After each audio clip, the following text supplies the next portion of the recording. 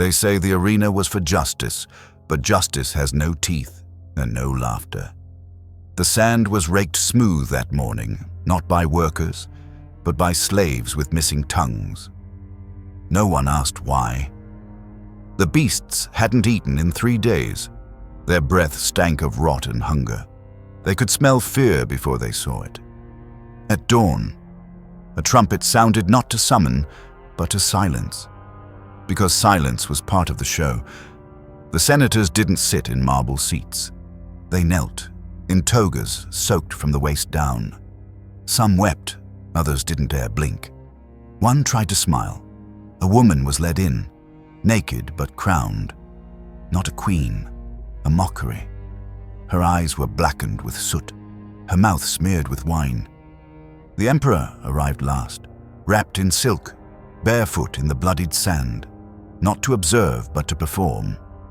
He spoke to the beasts, not the men. He whispered to them like they were gods. Then he looked at the senators and asked one question: "Which one of you will die for Rome today?" Not one answered, but the lions did. He was born Gaius, but Rome called him Caligula Little Boots, a nickname sewn from leather and war camps, more fitting for a mascot than an emperor. But the boy who marched beside soldiers became a man who marched over them. His mother was murdered, his brothers butchered, his family erased so completely that only silence remembered them. He learned early in Rome. Survival was not inherited, it was seized. When he rose to power, the people cheered. They thought they were getting a god of mercy. But mercy, to Caligula, was just cruelty that hadn't been unwrapped yet. He crowned his horse, married his sister, and called himself a living deity not out of madness, but as a test of how far fear could be stretched before it snapped. His eyes were calm, but his questions cut like blades. "Are you loyal?" he'd ask, and the answer never mattered, because the performance was the punishment. Senators were stripped of robes, then dignity, then breath. They bowed, not from respect, but exhaustion. And still he smiled, not wide, not manic, just enough to remind you he didn't need to shout to kill you. Caligula ruled not by law, but by ritual. Every execution was a mirror not to show who he was, but what Rome had become. And when he finally stood in the center of the arena, watching the old men tremble in front of the beasts, he didn't see enemies. He saw believers, converts, a congregation in blood-soaked togas, worshipping not a man, but a hunger. Caligula was not insane. He was clarity made flesh. And the clearer he became, the more the empire decayed beneath his sandals. The empire didn't collapse when the gates of Rome were breached. It began to rot the moment Caligula stopped pretending to be human. At first, there were gestures, minor humiliations cloaked as decrees. He ordered senators to run beside his chariot barefoot. Not as punishment, but as entertainment. He demanded wives dine with him, then left the table whispering which ones would return to their husbands and which would not. He paraded them through the palace like livestock, dressed in silk, dripping with gold, their eyes empty. It was all a game, but the rules kept changing. And the players, even those crowned in laurels, never knew when they would become the joke, the sacrifice, the lesson. He abolished truth by multiplying it. One day he was a god, the next a slave. One moment he preached mercy, the next he fed children to jackals. But it was not madness. Madness has no method. Caligula had method in abundance. Every insult was calculated, every spectacle rehearsed. He burned records not to erase history, but to own it. He replaced statues of Jupiter with his own face, knowing that memory could be molded with enough fire and fear. Senators who dared to speak fell silent. Those who remained grew sick with flattery, poisoning their tongues with praise they barely understood. But the worst was not the violence. It was the ritual, the slow ceremony of undoing a man before killing him. Caligula didn't need swords, he used dinner tables. Invitations were death sentences. If your name was called, you smiled. If you were seated near him, you trembled. A dropped cup, a poorly timed cough, these could become omens. He would lean in, as if sharing a joke, and whisper, "Do you think they'll cry when you're gone?"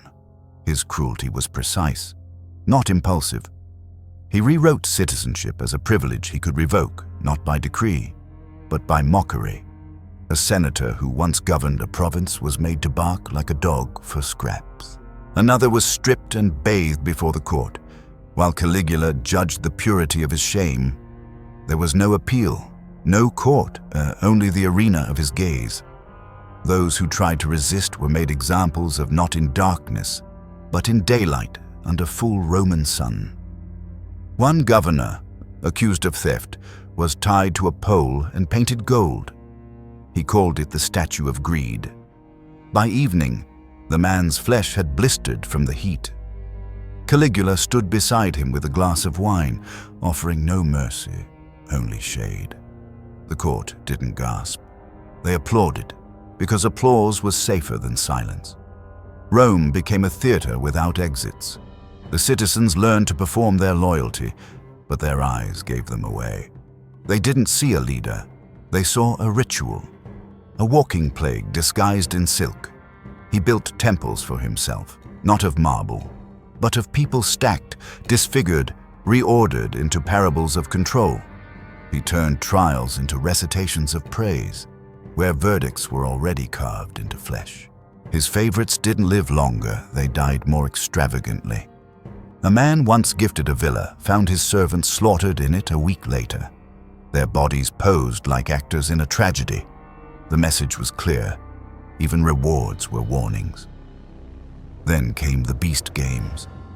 At first, they were rare, an honor reserved for war prisoners and traitors. But Caligula changed that. He turned the Colosseum into a pulpit. Senators were forced to sponsor games where their friends were fed to lions. The audience stopped cheering. They started watching like penitents, not enjoying enduring. One day, without announcement, Caligula opened the gates early. No fanfare, just silence. And into that silence, he led 50 senators in chains. No accusations, no crimes, only names. One by one, they were brought to the center, forced to bow to a chained tiger, kiss its claws, then thank the emperor for sparing them. Most survived that day, but not all.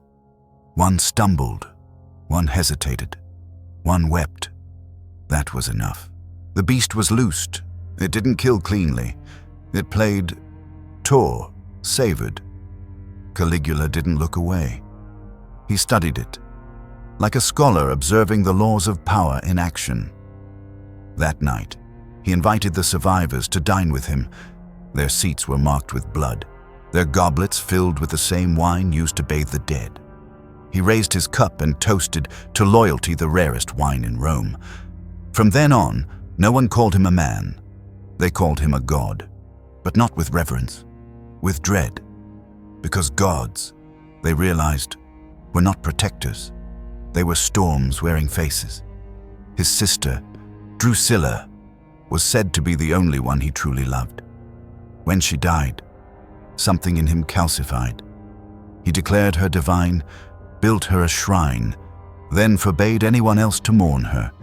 Only he could grieve, and so he did not with tears, but with vengeance. He ordered executions for anyone who smiled in the days that followed.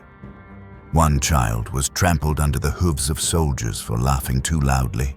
The mother was made to watch, then blessed the emperor for his justice.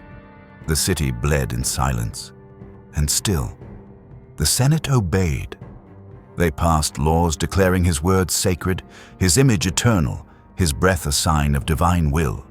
But their hands trembled when they wrote, their eyes darted when they spoke, because they knew he was watching, not always in person, but in rumor, in dream, in the heavy footfalls outside their homes at night. Caligula didn't need a spy network. He had fear fear as a shadow that stretched across every threshold. There was no need for exile. People exiled themselves into madness, into whispers, into death. A senator once carved his own eyes out rather than see another day of Caligula's reign.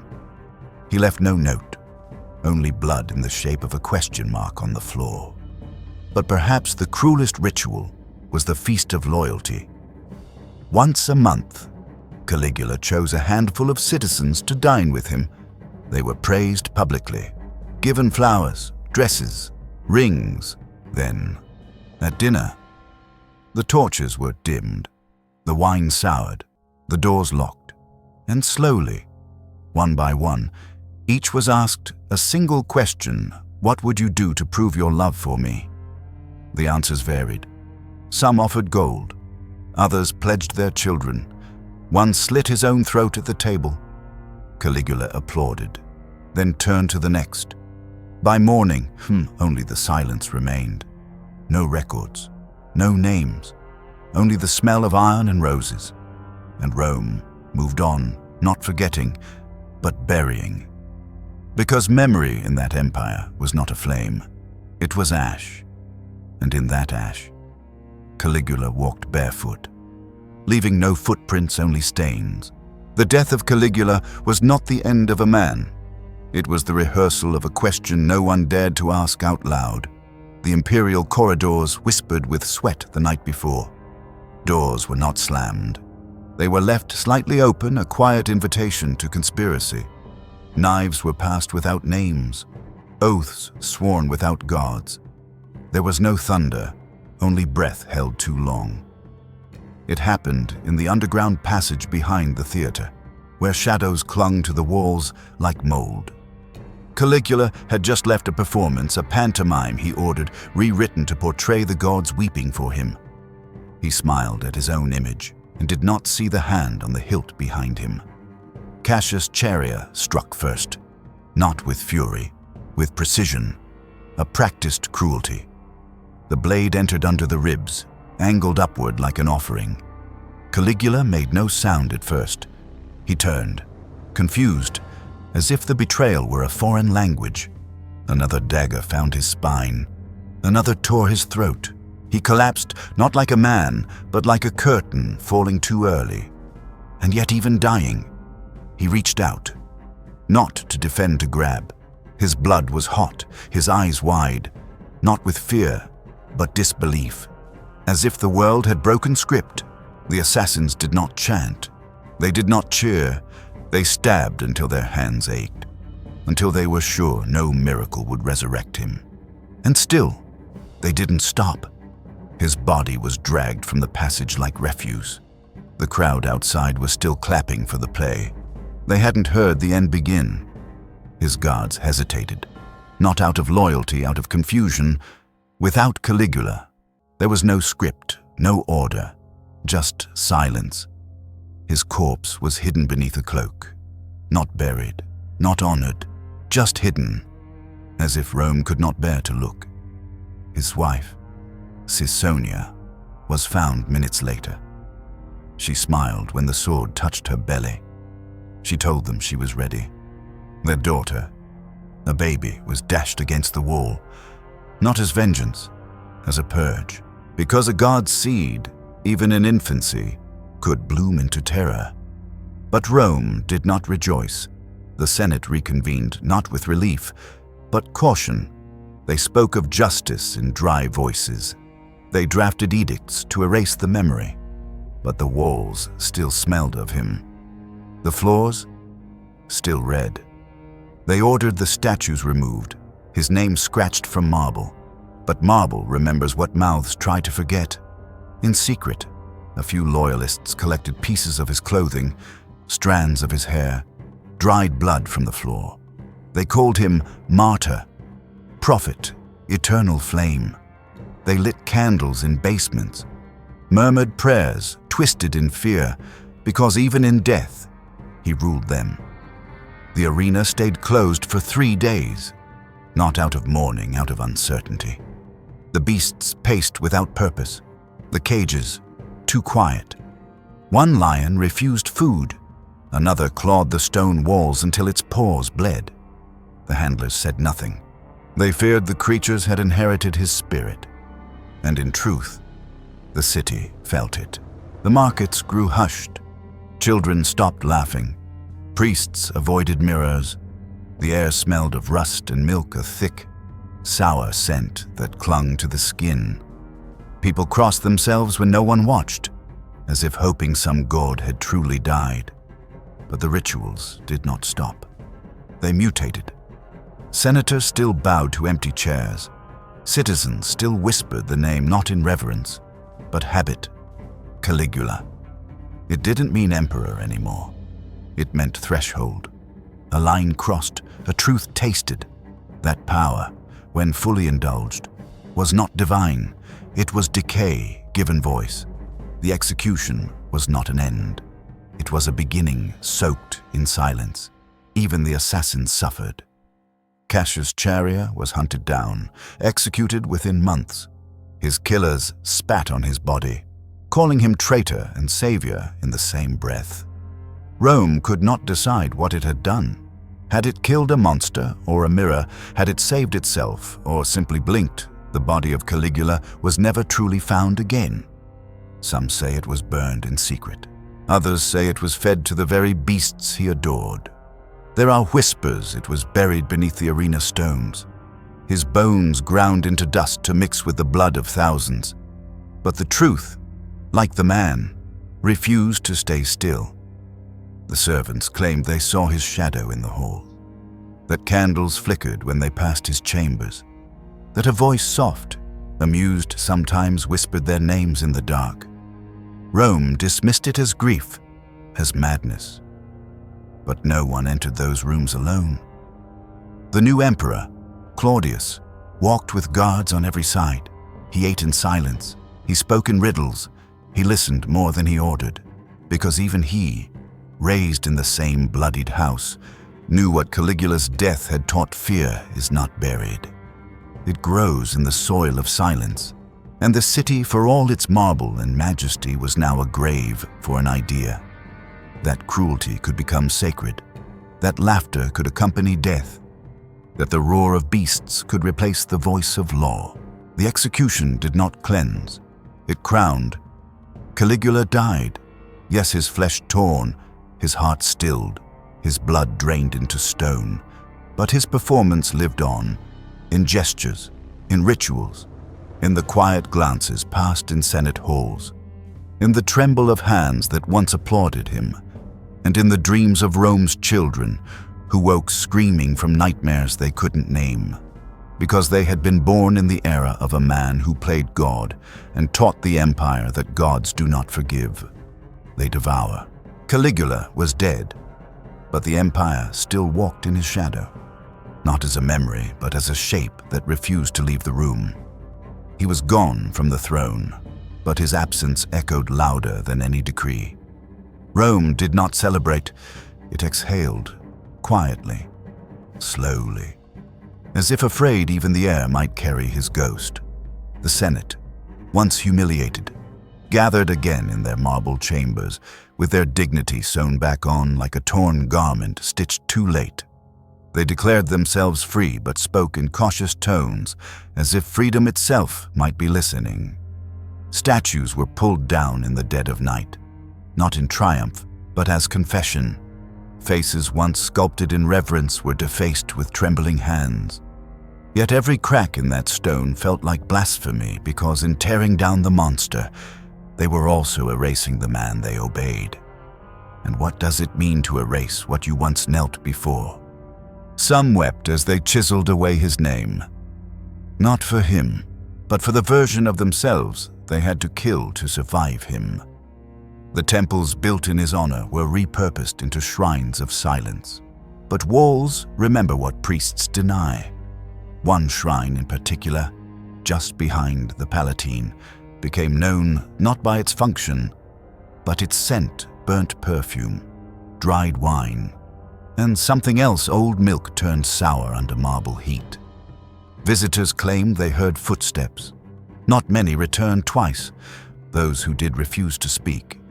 The empire stretched on, but it carried a new ritual avoidance. Caligula's name was struck from official documents. Scribal hands were instructed to skip him, to bridge time from Tiberius to Claudius as if a season had passed. Not a storm, but Rome was not healed. It was haunted. Claudius, his successor, ruled like a man apologizing for a scream that never stopped ringing. He rarely looked anyone in the eye. He walked like his feet knew where blood had once been spilled. His court kept its laughter to a whisper. No one dared joke, not because of new laws, but old wounds. Senators still flinched at sudden movements. Women held their children closer. The arenas reopened, but with hesitation. Lions roared, but the crowds didn't cheer like before. The fear was different now. Not about what would be done, but what had already been done, and how easily it could return. Rome did not forget Caligula. It devoured him, piece by piece, until his story belonged to no one. And in that silence, myths bloomed like bruises. One story said that a soldier who kicked his corpse died screaming days later, his mouth sealed with invisible wax. Another claimed Caligula's heart refused to burn, that it beat once in the fire before turning to ash. Midwives whispered that children born under the emperor's reign grew teeth too early and dreams too violent. Even the coinage-trembled denarii from his era were melted, recast, but never quite lost their weight. Merchants said they were cursed, that they chilled the palm, that they bled when held too long. Rome, for all its temples and triumphs, became a city that crossed itself in private. One senator, retired long before the fall, returned to the Senate steps and knelt. He whispered, "Forgive me," then set himself alight. No reason, no note, just flame and the smell of oil. Some said it was madness, others called it penance, but no one forgot. His ashes were left untouched for weeks. No rain fell, no birds came. Rome stopped naming its children Gaius. Artists painted his likeness with missing eyes, or replaced his face with skulls. But it didn't matter. The people still saw him, in torches that flickered too low, in dreams that ended with laughter too loud. In the silence between sentences spoken in the forum, Caligula had become a ritual in reverse, a god unmade, yet never undone. Some scholars, years later, attempted to rewrite him as mad, as diseased, as if cruelty needed a diagnosis, as if horror could be categorized into something curable, but others knew better. The philosophers who dared speak his name said only this: he made Rome look in the mirror, and Rome looked away. That was his victory, not the executions, not the mockery, but the echo he planted inside the bones of the state, a reminder that power doesn't corrupt, it reveals. And when given to a boy who watched his family devoured by the very system he would inherit, it does not grow into wisdom, it festers into theater. Rome became cautious in its cruelty after him.